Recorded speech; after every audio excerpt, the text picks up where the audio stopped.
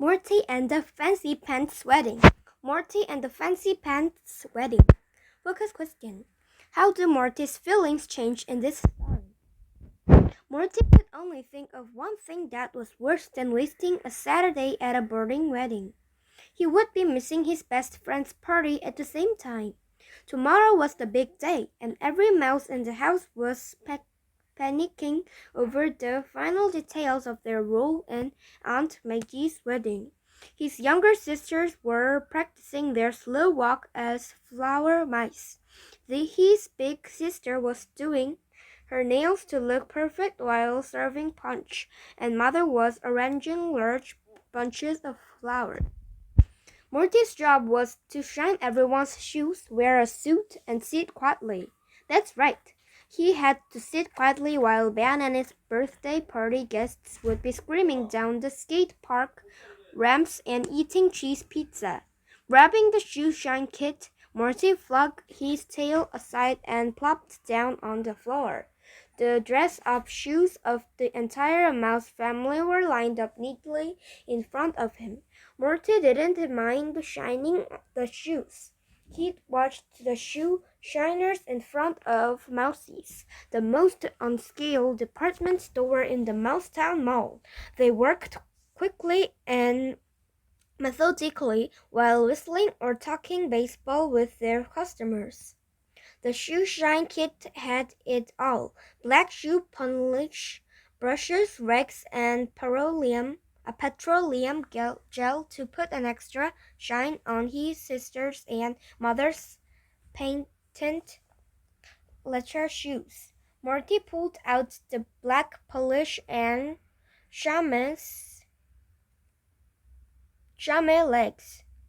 rag.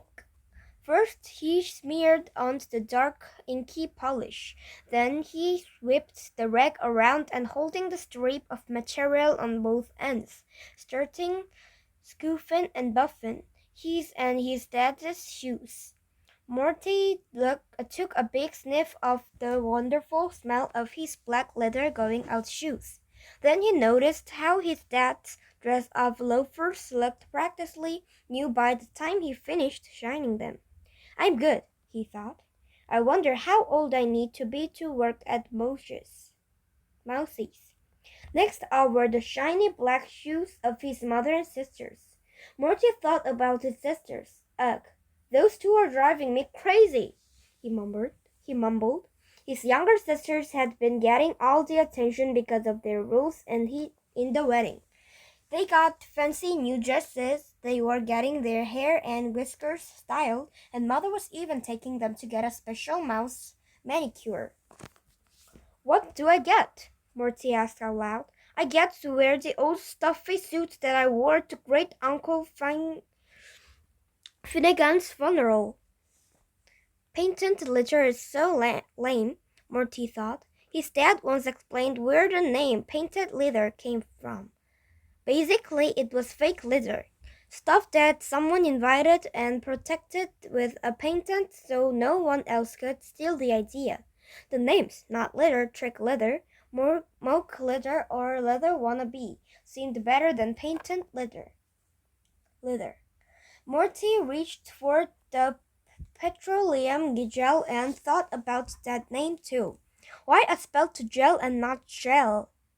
After all, it seemed like just like Mother's famous huckleberry jelly. Maybe the gel was someone's made-up word to mean don't eat it. Why didn't they call it patent jelly for patent leather? Morty puzzled.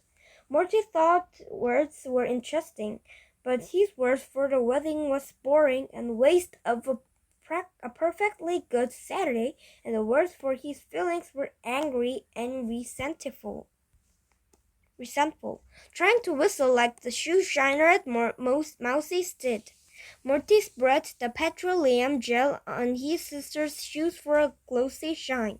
You could even see her face and ears in the top of his older sister's Sassy Mary Jane high heels. He rumbled the greasy, slimy gel into the shoes while his mom thought about tasty huckleberry jelly and how it slides off into your plate when you try to spread it on warm pancakes. Then Morty had a very mischievous idea. If I spread gel all over the soles of my sister's shoes, they will slip and slide, Morty thought. It would be so fun to get band and thread so we could all put gel on the bottom of our shoes and pretend to ice skate on Mother's kitchen floor. It would be even more fun to watch the adorable little flower mice slip and slide up the ice hill with their arms full of flowers. Morty chuckled at the thought and spread even more gel on the bottoms of all his sister's shoes. The big day. The bright sunlight was shining in Morty's bedroom and a bedroom window. "Good morning, sleepyhead," Mother sang cheerfully as she opened the curtains. "It's a beautiful day for wedding, and it's time to rise and shine. I need you to hurry and get ready like all the other mice in his family who aren't in the wedding party. Your younger sister won't be dressing until we get to the hall. We must arrive plenty early." Morty shook his ears out and mumbled, "It's also a perfect day for the skate park with friends." Then he remembered his friends and spoke louder to catch Mother's attention. "I'll put your shoes in the car." While he gathered shoes, Morty's older sister startled him. "Hey, Morty," she said softly as she stepped into her high heels. She was dressed for the wedding and looked beautiful.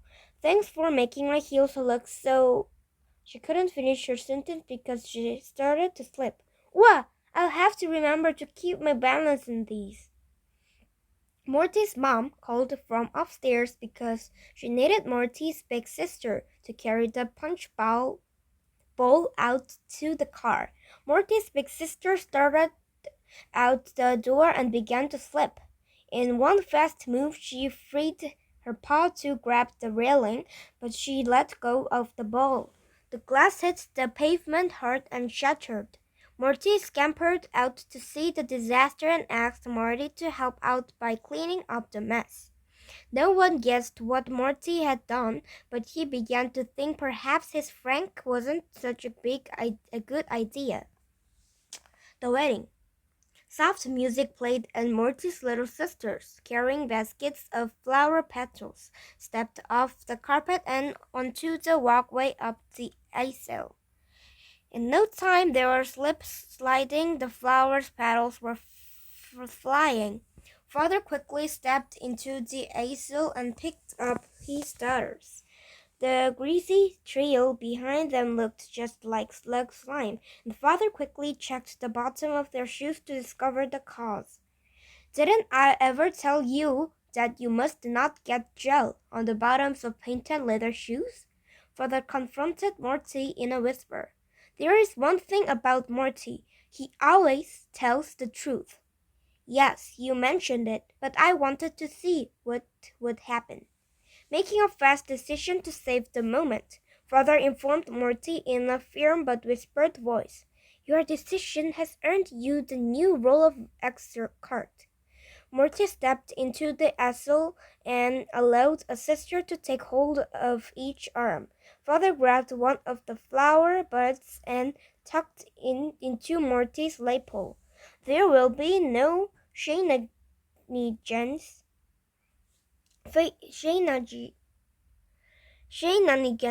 Mr. House," he said sternly. "Don't forget to smile and stand very still during the ceremony." Morty now knew this had been a really bad idea. He could tell he had hurt his sisters' feelings by causing them to slip and nearly fall. He could also tell Father was disappointed. Morty became more uncomfortable the farther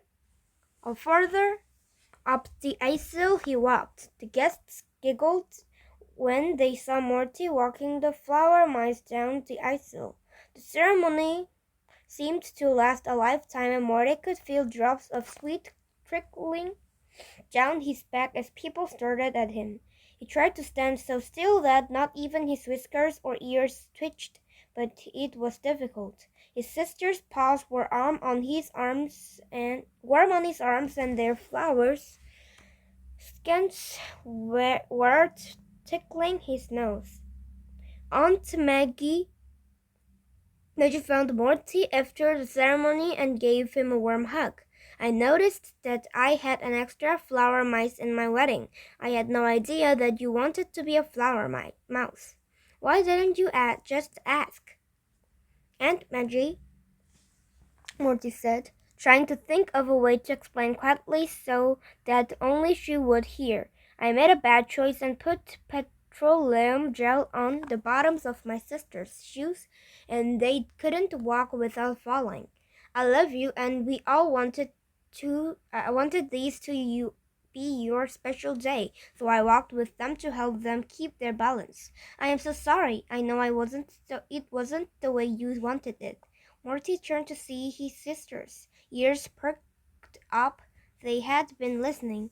I'm sorry to both of you, too, he added quietly. Morty's aunt seemed to glow as she broke into a big smile. Well, it worked out just fine, she said, hugging Morty again. I'm the only bride I know that had a flower boy along with two flower girls. One of Morty's little sisters spoke up. It was kind of nice to have him up there. It was a long time to stand, and it helped to have Morty to hold on to. Father had joined the conversation and was the last to speak. Putting a paw on his son's head, he said, Morty, I have never seen you stand so still and be so quiet for so long. Perhaps enduring that very uncomfortable situation was enough of a punishment. Morty sighed with relief. Then his father added, I never ever wanted you put gel on the bottom of shoes ever again. Morty noted and realized that he would never experience the thrill of mock ice skating with Ben and Fred on Mother's shiny kitchen floor. Morty realized that there was something even worse than spending a sunny Saturday at a wedding and missing your best friend's skate park party. That's spending a shiny Saturday at a wedding, missing your best friend's skate park party, and being a perfectly mannered flower mouse with everyone staring at you for the entire ceremony.